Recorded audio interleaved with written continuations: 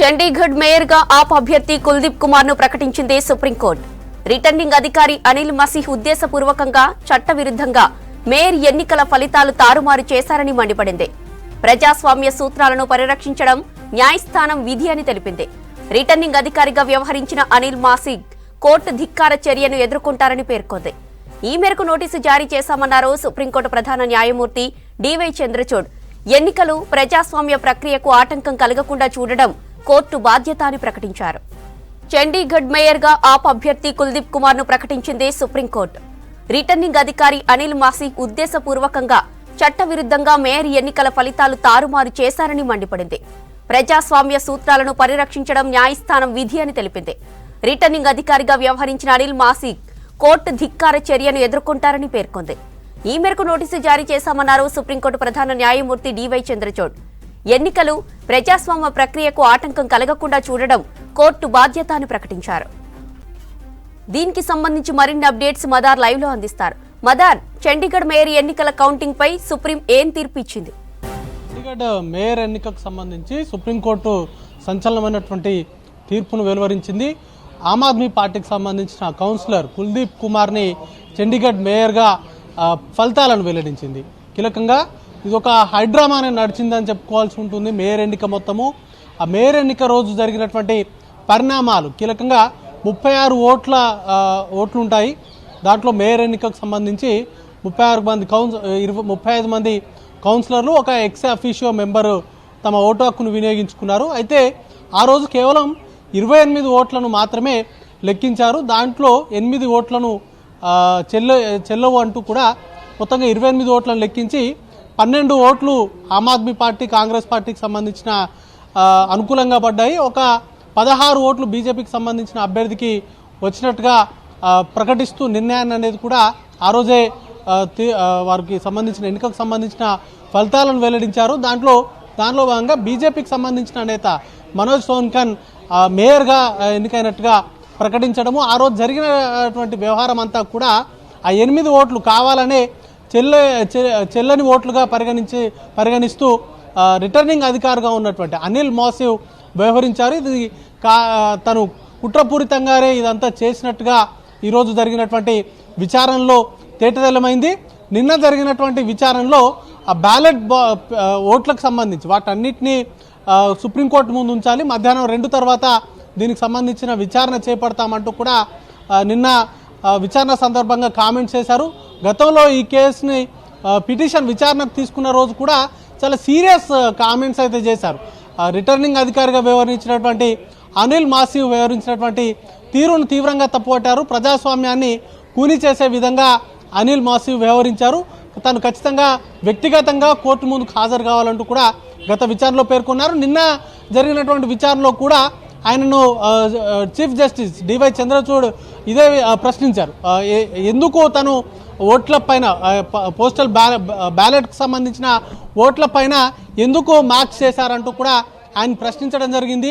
అలాగే దానికి సంబంధించి సోషల్ మీడియాలో వైరల్ అవుతున్నటువంటి వీడియోను కూడా తాము చూసాము, తను ఎందుకు అలా వ్యవహరించాల్సి వచ్చిందో వివరణ ఇవ్వాలంటూ కూడా ఆయన పైన నిన్న ప్రశ్నల వర్షం కురిపించారు. అయితే అవి వాటిని చెల్లని ఓట్లుగా తను పరిగణిస్తూ వాటిపైన మార్క్స్ అనేది కూడా వేసినట్టుగా తను నిన్న కోర్టు ముందు చెప్పారు. కానీ ఈరోజు ఆ బ్యాలెట్ ఓట్లను ఓపెన్ చేసి చూసిన తర్వాత దానిపైన ఎలాంటి మార్క్స్ అనేది కూడా లేవు. కావాలనే అనిల్ మాసివ్ కోర్టును కూడా తప్పుదారి పట్టించేలాగా వ్యవహరించారంటూ కూడా ఇటు అభిషేక్ మను సింఘ్వి కుల్దీప్ కుమార్ తరఫున వాదనలు అనేది కూడా వినిపించారు. దాంతోపాటు ఆ రోజు జరిగినటువంటి వ్యవహారాన్ని అంతా కూడా ఒక ఓపెన్ కోర్ట్ హాల్లోనే ఆ వీడియో రికార్డింగ్ ఫుటేజ్ అంతా కూడా ప్లే చేశారు.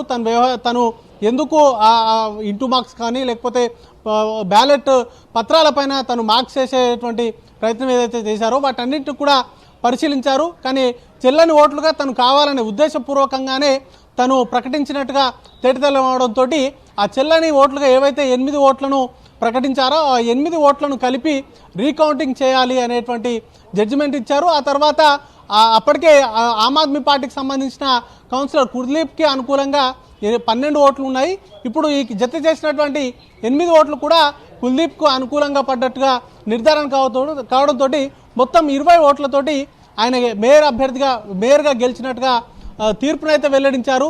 కొన్ని కీలకమైనటువంటి కామెంట్స్ అయితే పాస్ చేశారు. ప్రజాస్వామ్యాన్ని కాపాడేటువంటి బాధ్యత దానికి సంబంధించినటువంటి న్యాయ సూత్రాలను సుప్రీంకోర్టు దాన్ని ఎంటర్ అవుతుంది. దాంట్లో భాగంగానే ఈ మేరకు జడ్జిమెంట్ అనేది కూడా వారు ఇచ్చారు. అలాగే ఎవరైతే రిటర్నింగ్ అధికారిగా వ్యవహరించారో అనిల్ మాసివ్ తనను క్రిమినల్ ప్రొసీడింగ్స్ అనేది కూడా తనపైన జరగబోతున్నట్టుగా నోటీసులు అనేది కూడా జారీ చేసినటువంటి పరిస్థితి ఉంది. ఓవరాల్గా అయితే ఇష్యూకు సంబంధించి చండీగఢ్ మేయర్ వ్యవహారానికి సంబంధించి సుప్రీంకోర్టులో నిన్న విచారణకు ముందే మొన్న ప్రస్తుతం మేయర్గా ఉన్నటువంటి బీజేపీ నాయకుడు మనోజ్ సోన్కర్ రాజీనామా చేశారు.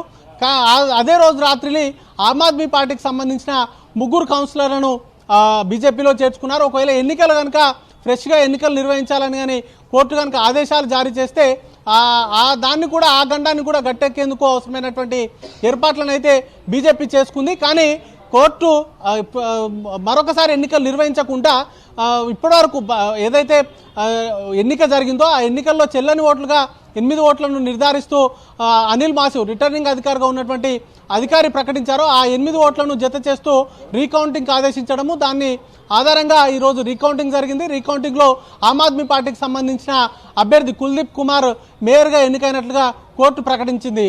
జ్యోతి, చండీగఢ్ మేయర్గా ఆప్ అభ్యర్థి కుల్దీప్ కుమార్ ను ప్రకటించింది సుప్రీంకోర్టు. రిటర్నింగ్ అధికారి అనిల్ మాసి ఉద్దేశపూర్వకంగా చట్టవిరుద్ధంగా మేయర్ ఎన్నికల ఫలితాలు తారుమారు చేశారని మండిపడింది.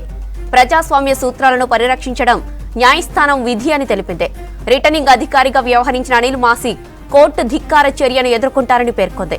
ఈ మేరకు నోటీసు జారీ చేశామన్నారు సుప్రీంకోర్టు ప్రధాన న్యాయమూర్తి డివై చంద్రచూడ్. ఎన్నికలు ప్రజాస్వామ్య ప్రక్రియకు ఆటంకం కలగకుండా చూడడం కోర్టు బాధ్యత అని ప్రకటించారు. कहा है कि ये जो निशान लगाए गए हैं एविडेंटली जो प्रिजाइडिंग ऑफिसर ने खुद लगाए हैं, इन्हीं के बेसिस पर वोट्स को इनवैलिड डिक्लेयर किया गया था और प्रिजाइडिंग ऑफिसर की एज पर लॉ बहुत ही एक अहम भूमिका है जिसको उन्होंने वायलेट किया है और इसके बेसिस के ऊपर उनके खिलाफ 340 के नीचे एक्शन इनिशिएट किया गया है। देखिए, जो रॉन्गफुल स्टेटमेंट कोर्ट के सामने करने के लिए कोर्ट कंटेम्प्ट की प्रोसीडिंग्स भी कर सकती है और उनके ऊपर एक कंटेम्प्ट का ट्रायल चलाया जाएगा जिसके लिए उनको 3 हफ्ते का टाइम